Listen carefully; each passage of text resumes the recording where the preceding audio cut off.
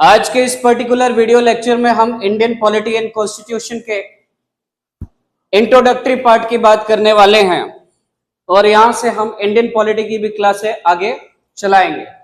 चलिए बिना टाइम को वेस्ट करे हुए इंडियन पॉलिटी एंड कॉन्स्टिट्यूशन की शुरुआत करते हैं। ठीक है, चलिए अब यहां अगर मैं आपसे पूछूं what do you mean by the term polity, सबसे पहले इंडियन पॉलिटी को समझने के लिए आपको पॉलिटी पता होनी चाहिए। आखिर पॉलिटी किसे कहते हैं? अगर हम इसको हिंदी में ट्रांसलेट कर लें, हिंदी में इसे क्या कहेंगे? इंडियन पॉलिटी को हिंदी में इसे कहेंगे भारतीय राज्य व्यवस्था। क्या कहेंगे? भारतीय राज्य व्यवस्था एंड को एवं कॉन्स्टिट्यूशन को कहेंगे हम संविधान। क्या कहेंगे? कॉन्स्टिट्यूशन को हम कहेंगे संविधान। तो हिंदी में इसे कहते हैं भारतीय राज्य व्यवस्था एवं संविधान। तो अब यहां पे देखना होगा कि ये जो राज्य व्यवस्था शब्द है या पॉलिटी शब्द है, इस पॉलिटी शब्द से आप क्या समझते हैं? क्योंकि किसी भी सब्जेक्ट की तैयारी करने से पहले अगर हम बात करें, उसके डेफिनेशन के बारे में पता होना चाहिए, आखिर वो सब्जेक्ट डील किससे करता है। अगर हम बात करें, बहुत सारे बच्चे जब आते हैं यूपीएससी की तैयारी करने तो वो इंडियन पॉलिटी को पॉलिटिक्स समझते हैं, जबकि पॉलिटिक्स अलग होता है। पॉलिटिक्स को राजनीति कहते हैं, पॉलिटी को राज व्यवस्था कहते हैं। दैट मीन्स अगर हम पॉलिटी को सिंपली लिखना चाहे इंग्लिश में, इसे हम क्या कहते हैं?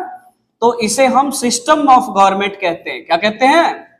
सिस्टम ऑफ गवर्नमेंट कहते हैं। देखिए, राज व्यवस्था का अगर हम संधि विच्छेद करते हैं तो राजा प्लस व्यवस्था, एक राजा के शासन काल में जो व्यवस्था होनी चाहिए उसको हम राज व्यवस्था कहते हैं। दैट मीन्स जो सिस्टम होना चाहिए। जैसे अगर हम बात करें तो अगर आपको किसी अपने फ्रेंड की शादी में जाना है तो फ्रेंड की शादी में जाने से पहले वो बोलता है कि भाई बारात जरूर पहुंचना है, तो आप क्या बोलते हैं कि भाई व्यवस्था है? व्यवस्था मतलब कि भाई आप वहां पे पहुंचेंगे, कैसे पहुंचेंगे? यूपी बिहार की शादी है तो डीजे की व्यवस्था है कि नहीं, अन्य चीजों की व्यवस्था है कि नहीं, सारी व्यवस्थाओं के मद्देनजर आप किसी की बारात में पहुंचते हैं ना। वैसे ही अगर हम बात करें एक राजा के शासन काल में क्या व्यवस्था होनी चाहिए, सिस्टम ऑफ गवर्नमेंट क्या होना चाहिए, है ना। तो पॉलिटी का सिंपली मतलब क्या हुआ? System of government. और जब हम इंडियन पॉलिटी की बात कर रहे हैं, किसकी बात कर रहे हैं? इंडियन पॉलिटी की बात कर रहे हैं। दैट मींस इंडिया की स्पेसिफिक पर्सपेक्टिव से हम इसको देख रहे हैं। अगर हम बात करें वर्ल्ड में ओवरऑल कितनी कंट्रीज हैं, अगर मैं आपसे पूछूं तो भाई वर्ल्ड में ओवरऑल 193 कंट्रीज हैं। कितनी कंट्रीज हैं? वर्ल्ड में ओवरऑल 193 कंट्रीज हैं। अगर हम बात करें तो एक था टाइगर मूवी में आपने देखा होगा, रणवीर शौर्य सलमान खान से बोलता है कि भाई दुनिया में 204 कंट्रीज हैं और तेरे को प्यार करने के लिए लड़की मिली तो एक, वो भी पाकिस्तानी, वो भी आईएसआई एजेंट। तो रणवीर शौर्य के हिसाब से अगर हम बात करें तो वर्ल्ड में 204 कंट्रीज हैं, मगर यूनाइटेड नेशन सिर्फ 193 कंट्रीज को रिकॉग्नाइज करता है। लास्ट में 2013 में साउथ सूडान को ऐड किया गया था। अगर हम बात करें कोई भी कंट्री या फिर हम उसे कह लें स्टेट, हम इसे क्या कहते हैं? स्टेट कहते हैं। तो यहां पे सिस्टम ऑफ गवर्नमेंट किसके लिए बोला जा रहा है? स्टेट के लिए बोला जा रहा है कि एक स्टेट को रन करने के लिए किस तरीके का सिस्टम ऑफ गवर्नमेंट होना चाहिए। तो यूनाइटेड नेशन उस कंट्री को रिकॉग्नाइज करना चाहिए। अगर हम बात करें, जैसे अभी हाल फिलहाल में आपने देखा होगा बलूचिस्तान, पाकिस्तान का एक प्रांत है, बलूचिस्तान ने अपने आप को इंडिपेंडेंट डिक्लेयर कर दिया है, इंडिपेंडेंट स्टेट के तौर पे। मगर क्या हम उसे स्टेट मानेंगे? स्टेट इसलिए नहीं मानेंगे उसको क्योंकि अभी उसको रिकॉग्नाइज नहीं किया गया। बलूचिस्तान ने जैसे ही अपने आप को इंडिपेंडेंट डिक्लेयर किया, अपने लिबरेशन की बात की, तो उसने अमेरिका और भारत जैसे देश से गुहार लगाई कि ये देश हमको रिकॉग्नाइज करे। क्या करें? रिकॉग्नाइज करें। क्योंकि यूनाइटेड नेशन का मेंबर नेशन बनने के लिए और स्टेट बनने के लिए जब तक यूनाइटेड नेशन के 1/3 मेंबर्स आपको रिकग्निशन प्रोवाइड नहीं करते हैं तब तक आप स्टेट नहीं कहलाएंगे। क्या नहीं कहलाएंगे? स्टेट नहीं कहलाएंगे। तो बलूचिस्तान अभी स्टेट के तौर पे एक्सेप्ट नहीं किया गया है, इसको रिकग्नाइज नहीं किया गया। तो हमको सबसे पहले क्या देखना होगा? हमको सबसे पहले स्टेट की डेफिनेशन देखनी होगी कि आखिर स्टेट की डेफिनेशन में क्या क्या आता है। क्या यहां पे इंडिया एक स्टेट है? तब हम इंडियन पॉलिटी की बात करेंगे। किसकी बात करेंगे? तब हम इंडियन पॉलिटी की बात करेंगे। तो अगर हम बात करें स्टेट की डेफिनेशन में क्या क्या चीजें आ जाती हैं, सबसे पहले अगर हम बात करें जो रिक्वायर्ड कंडीशन है स्टेट के लिए कि आपके पास एक क्या होनी चाहिए? आपके पास एक डेफिनेट ज्योग्राफिकल बाउंड्री होनी चाहिए। क्या होनी चाहिए? एक डेफिनेट ज्योग्राफिकल बाउंड्री होनी चाहिए। एक डेफिनेट ज्योग्राफिकल बाउंड्री होनी चाहिए। इंडिया के पास क्या एक डेफिनेट ज्योग्राफिकल बाउंड्री है? कश्मीर से लेकर कन्याकुमारी तक, गुजरात से लेकर गुवाहाटी तक, गुजरात से गुवाहाटी अपना देश अपनी माटी। इंडिया के ओवरऑल ज्योग्राफिकल एरिया की अगर हम बात करें तो इंडिया का overall geographical area 3.2 million square kilometre का है। कितने का है? 3.2 million square kilometre. That means 32 lakh square kilometre का इंडिया का ओवरऑल ज्योग्राफिकल एरिया है। तो दैट मीन्स इंडिया के पास अपनी एक डेफिनेट ज्योग्राफिकल बाउंड्री है। दूसरी बात, दूसरी रिक्वायर्ड कंडीशन है पॉपुलेशन होना चाहिए, आपके पास आबादी होनी चाहिए। 2011 की जनगणना के हिसाब से अगर हम बात करें भारत की कुल आबादी 121 करोड़। 2021 में जनगणना होनी थी, मगर अगर हम बात करें उसके आंकड़े अभी पूरी तरीके से नहीं आ पाए हमारे पास। मगर अगर हम वैलिड सोर्सों की माने तो भारत की आबादी आज की डेट में 142 करोड़ पहुंच चुकी। हम चीन को सरपास कर चुके हैं। ठीक है, तो इंडिया के पास एक पॉपुलेशन भी है, निर्धारित जनसंख्या भी है। पॉपुलेशन होने के साथ साथ अगर हम बात करें आपके पास और क्या होना चाहिए? पॉपुलेशन होने के साथ साथ अगर हम बात करें आपके पास सोवरेंटी होनी चाहिए। क्या होनी चाहिए? सोवरेंटी होनी चाहिए। सोवरेंटी को हिंदी में संप्रभुता कहते हैं। क्या कहते हैं? संप्रभुता। अगर हम बात करें सोवरेंटी हम किसे कहते हैं? अगर कोई देश अपने फैसले, किसी देश की सरकार अपने फैसले लेने में आजाद है, वो किसी के दबाव में काम नहीं करती है, तो वो सोवरेन नेशन कहलाता है। अब जैसे हाल फिलहाल में पहलगाम वाला एग्जांपल ले लीजिए। पहलगाम में हमारे टूरिस्ट पे आतंकवादी संगठन टीआरएफ ने अगर हम बात करें अटैक किया, बदले में भारत ने ऑपरेशन सिंदूर कंडक्ट किया। ऑपरेशन सिंदूर कंडक्ट होने के बाद कुछ ही दिन के अंदर, 3 दिन के अंदर सीज फायर डिक्लेयर हो गया। और सीज फायर किसने डिक्लेयर किया? अमेरिका में बैठा डोनाल्ड ट्रंप। वो प्यादा वहां से बैठ के बता रहा है कि भारत में हमने भारत पाकिस्तान के बीच में सीज फायर करवाया। हमने उनको ट्रेड की धमकी दी कि भारत और पाकिस्तान के साथ हम व्यापार नहीं करेंगे अगर इन्होंने सीज फायर वॉर को रोका नहीं तो यहां पे भारत की विपक्षी पार्टियों ने सवाल उठाया, क्या मोदी जी ने भारत की सोवरेंटी से कॉम्प्रोमाइज कर लिया, संप्रभुता से कॉम्प्रोमाइज कर लिया, कि अमेरिका हमको बैठ के बताएगा कि हमको क्या करना है क्या नहीं करना है? क्योंकि सोवरेन नेशन हम तभी कहलाएंगे ना जब हम अपने फैसले लेने में आजाद हो, सक्षम हो। अगर कोई थर्ड पार्टी या देश हमको टर्म्स एंड कंडीशन डिक्टेट कर रहा है हमें क्या करना चाहिए, तो हम एक सोवरेन नेशन कैसे कहलाएंगे? है कि नहीं?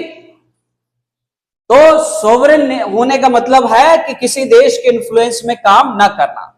और चौथी जो रिक्वायर्ड कंडीशन है वो है आपके पास एक स्पेसिफिक गवर्नमेंट होनी चाहिए। क्या होनी चाहिए?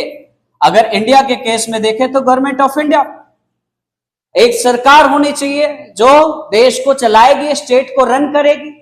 अगर इन 4 क्राइटेरियाज को आप फुलफिल करते हैं तो आप स्टेट की डेफिनेशन में आते हैं। किसमें आते हैं? स्टेट की डेफिनेशन में आते हैं। तो अब हम देखते हैं क्या इंडिया इस स्टेट की डेफिनेशन को फुलफिल करता है? क्या इंडिया के पास एक डेफिनेट ज्योग्राफिकल बाउंड्री है? यस। इंडिया के पास एक रिक्वायर्ड पॉपुलेशन है? यस। इंडिया एक सोवरेन नेशन है? Yes. A preamble of India अगर आपको याद हो, we the people of India having solemnly resolved to constitute India into a sovereign socialist secular democratic republic, पहला ही शब्द है सोवरेन, हम एक संप्रभुत्व राज्य है, ठीक है। और क्या भारत के पास एक सरकार है? बिल्कुल, हर 5 साल में चुनाव होते हैं एक सरकार। क्या बलूचिस्तान, अब देखते हैं, इस क्राइटेरिया को फुलफिल करता है? क्या उसके पास एक डेफिनेट ज्योग्राफिकल बाउंड्री है? पॉपुलेशन है, मगर क्या वो सोवरेन है? अभी नहीं। पाकिस्तानी गवर्नमेंट के कंट्रोल में वो आती है, मगर वो अपने आप को इंडिपेंडेंट बता जरूर रही है, मगर अभी पूरी तरीके से वो अपने फैसले लेने में आजाद नहीं है, ना कोई कंट्री उसको रिकॉग्नाइज कर रही। तो जाहिर सी बात है कि बलूचिस्तान अभी तक स्टेट नहीं बना है। क्या नहीं बना है? बलूचिस्तान अभी तक स्टेट हमारा नहीं बना। तो अगर हम बात करें तो ये स्टेट की डेफिनेशन हो गई। तो जब हम इंडियन पॉलिटी की बात कर रहे हैं तो इंडिया एक स्टेट है, इसका सिस्टम ऑफ गवर्नमेंट कैसा होगा? अब देखिए, चौथे में आ गया हमारा गवर्नमेंट ऑफ इंडिया। तो सरकार होनी चाहिए। अब सरकारें किस तरीके की हो सकती? अगर हम बात करें किस तरीके की, 3 तरीके की सरकारें हमारी हो सकती। तो इन 3 तरीके की सरकारों में अगर हम बात करें, सबसे पहले हमारे क्या हो सकती है? डेमोक्रेसी हो सकता है, एक डेमोक्रेटिक स्टेट हो सकता है, डेमोक्रेसी। डेमोक्रेसी के साथ अगर हम बात करें मोनार्की हो सकता है। क्या हो सकता है? या तो मोनार्की हो सकता है, और मोनार्की होने के साथ साथ अगर हम बात करें या तो थियोक्रेसी हो सकता है। क्या हो सकता है? थियोक्रेसी हो सकता है। डेमोक्रेसी मतलब जनता का रूल ऑफ द पीपल। जैसे अब्राहम लिंकन ने फेमस स्टेटमेंट दिया था कि government of the people, by the people and for the people, तो उसे हम लोकतंत्र कहते हैं, जनता का तंत्र। तंत्र मतलब सिस्टम, सिस्टम ऑफ गवर्नमेंट की बात कर रहे हैं। तंत्र मतलब सिस्टम, लोकतंत्र मतलब जहां जिस सिस्टम में जनता रूल करती है उसे हम डेमोक्रेसी कहते हैं। देखिए, भारत एक डेमोक्रेसी है, वर्ल्ड की लार्जेस्ट डेमोक्रेसी है। पॉपुलेशन के हिसाब से देखें तो वर्ल्ड की लार्जेस्ट डेमोक्रेसी है, मगर क्या वर्ल्ड की ये स्ट्रॉन्गेस्ट डेमोक्रेसी है? नहीं। लार्जेस्ट डेमोक्रेसी है, मगर स्ट्रॉन्गेस्ट डेमोक्रेसी अमेरिका की है। किसकी है? अमेरिका की स्ट्रॉन्गेस्ट डेमोक्रेसी।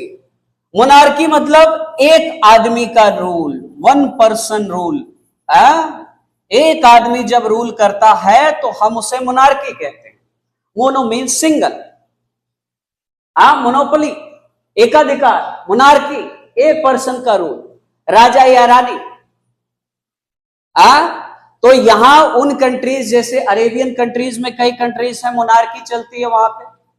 अब अगर हम जापान और ब्रिटेन की बात करें कि अगर आप पूछेंगे क्या सर वहां पे मोनार्की है, राजा और रानी तो होता है ना वहां पे, जापान में भी किंग होता है और ब्रिटेन में भी किंग और क्वीन होता है, तो क्या वो मोनार्की है? नहीं, वो एक अलग तरीके का मोनार्की है, जिसे अगर हम बात करें तो हम कॉन्स्टिट्यूशनल मोनार्की कहते हैं। क्या कहते हैं?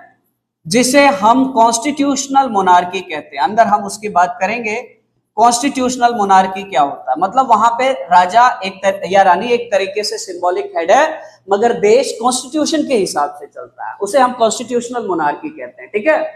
थियोक्रेसी, थियोक्रेसी मतलब जब एक धर्म विशेष और समुदाय के लोग एक स्टेट को, सिस्टम को रन करते हैं, तब उसे हम थियोक्रेसी कहते हैं। ठीक है।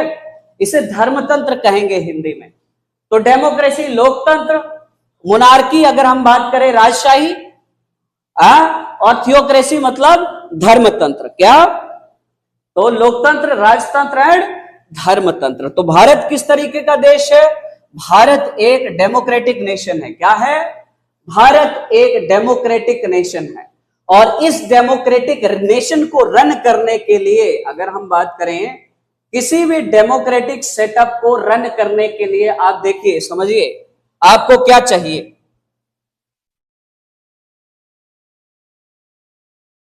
किसी भी डेमोक्रेटिक नेशन को रन करने के लिए एक कॉन्स्टिट्यूशन चाहिए। क्या चाहिए? कॉन्स्टिट्यूशन चाहिए। कॉन्स्टिट्यूशन मतलब एक तरीके का रूल बुक चाहिए। क्या चाहिए? रूल बुक चाहिए, जहां पे सारी चीजें लिखी हुई। क्योंकि अगर चीजें लिखी नहीं होंगी तो जाहिर सी बात है डेमोक्रेसी को ऑटोक्रेसी में कन्वर्ट होने में समय नहीं लगेगा।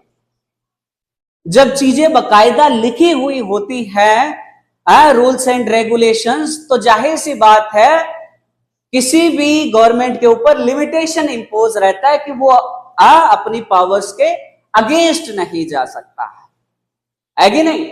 तो वही रूल बुक उसी का काम करता है, कॉन्स्टिट्यूशन। इसे अगर हम बात करें fundamental law of the land भी कहते हैं। क्या कहते हैं? Fundamental law of the land भी कहते हैं। ठीक है, अब देखिए फंडामेंटल मतलब क्या होता है? बेसिक होता है ना। जब आप नए क्लास में जाते, मान लीजिए 11th क्लास में आप गए, तो टीचर आपको पढ़ाना आता है फिजिक्स, केमिस्ट्री या बायोलॉजी, तो सबसे पहला सवाल जो टीचर आपसे बच्चे से पूछता है कि भाई हाँ, कितने लोगों के फंडामेंटल्स क्लियर हैं, बेसिक क्लियर है? कितने लोग electron, proton, neutron, cell, Newton's के 3 लॉज, ये सारी चीजें जानते हैं? क्योंकि ये चीजें अगर आप जानते नहीं है और साइंस साइड में आप आगे बढ़ रहे हैं तो कैसे काम चलेगा? तो इसी तरीके से फंडामेंटल मतलब बेसिक। देश का जो बेसिक लॉ है कॉन्स्टिट्यूशन, कॉन्स्टिट्यूशन से ही सारे अपने पावर डिराइव करते हैं। लेजिस्लेचर भी अपना पावर कॉन्स्टिट्यूशन से डिराइव करता है, एग्जीक्यूटिव भी अपना पावर कॉन्स्टिट्यूशन से डिराइव करता है, और जुडिशियरी अपना पावर कॉन्स्टिट्यूशन से डिराइव करता है। तो भाई इंडियन पॉलिटी मतलब भारतीय राजव्यवस्था, और ये भारतीय राजव्यवस्था किससे चलेगी? संविधान से चलेगी। तो ये हमारा जो पूरा सब्जेक्ट है इसी संविधान की पढ़ाई की बात करता है। हमारे कॉन्स्टिट्यूशन में एक प्रियम्बल और 22 पार्ट, 395 आर्टिकल्स और 8 शेड्यूल थे ओरिजिनल कॉन्स्टिट्यूशन में। अब ये शेड्यूल बढ़ के 12 हो गए। तो हमको इसकी पूरी बात करनी है, इस पूरे कॉन्स्टिट्यूशन की बात करनी है। क्योंकि अब यही बोला जाता है ना, हर बार आप न्यूज में देखते होंगे कोई घटना होती है तो हर बार संविधान की बात होने लग जाती। क्या वो संविधान में लिखा हुआ है? क्या वो चीज संवैधानिक दायरे में है कि नहीं? मोदी सरकार ने अभी वक्फ कानून पास किया, तो सुप्रीम कोर्ट में अभी केस है कि भाई क्या संवैधानिक दायरे में है जो बिल पास किया गया? अगर संवैधानिक दायरे में नहीं है तो हम उसको नल एंड वॉइड डिक्लेयर करेंगे। अगर संवैधानिक दायरे में है तो कोई दिक्कत है नहीं, है ना। तो ये पूरे कॉन्स्टिट्यूशन की हम बात करेंगे। तो ये आपको समझ में आया इंडियन पॉलिटी एंड कॉन्स्टिट्यूशन का मतलब क्या होता है? उम्मीद है आपको समझ में आया होगा। तो जब आपको ये चीज समझ में आ गई, इसमें और कुछ समझाने जैसा था नहीं। अब जब ये चीज आपको समझ में आ गई तो अब हम किसकी बात करेंगे? कॉन्स्टिट्यूशनल बैकग्राउंड की बात करेंगे। किसकी बात करेंगे? कॉन्स्टिट्यूशनल बैकग्राउंड की बात करेंगे। इसकी बात करेंगे कॉन्स्टिट्यूशनल बैकग्राउंड की बात करेंगे।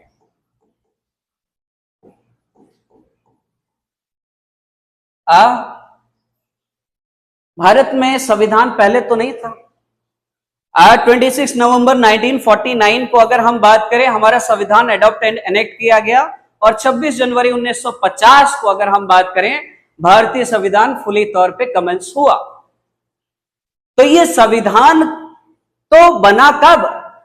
1946 से लेकर 1949 के बीच 2 साल 11 महीने और 18 दिन का समय लगा हमारे को संविधान बनाने में। ओवरऑल 11 सेशंस कंडक्ट हुए, 60 लाख रुपए की धनराशि हमने खर्च की। मगर ये संविधान बनने का प्रोसीजर क्या रहा? हिस्टोरिकल बैकग्राउंड क्या है इसका? तो हम इसके हिस्टोरिकल बैकग्राउंड की बात करेंगे। किसकी बात करेंगे? हम इसके हिस्टोरिकल बैकग्राउंड की बात करेंगे। अब देखिए,